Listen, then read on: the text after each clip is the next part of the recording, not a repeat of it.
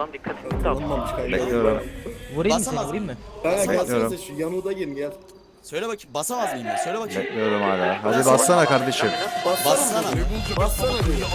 Konuşma yarrağım hem de asılsın. Son bir kez daha dumana asıldım. C5 mod her duvar asıldım. Çekme tut duman uçarsa gözler. Tutamayacaksan verme hiç söz ver. Gittim ben o tekrardan özler. Merak eder her zaman da gözler. Her zaman ayıp sanki bir asker. Sımsıcak duman odamda mahşer.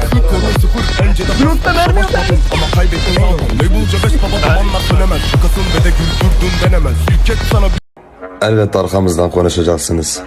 Eşeğin anırması aslanın ne kadar umurunda?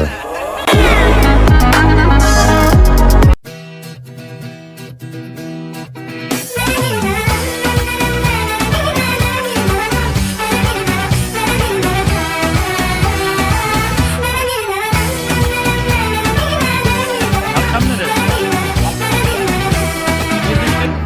Yağmur dinmiyorsa, yollar bitmiyorsa, sen üzülme, bir gülümse gel benimle. Her şey bitti derken, şansım döndü birden. Aşk öyle bir mucize, benimle gel, gülümse gel. Hayat bazen zor olsa da yine güzel. Bir tane daha düştü. Benimle gel, gülümse gel. Hayat bazen zor olsa da yine güzel. Sen misin ilacım? Ben kalbimde bir kiracı. Yerleşeceğim sımsıkı ben aşk başta.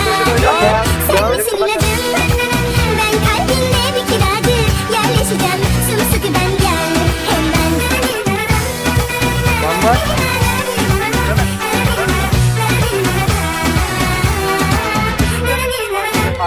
Birden bak. Düştü biri. Yağmur dinmiyorsa, yollar bitmiyorsa, sen üzülme, bir gülümse. Düştü biri gel benimle.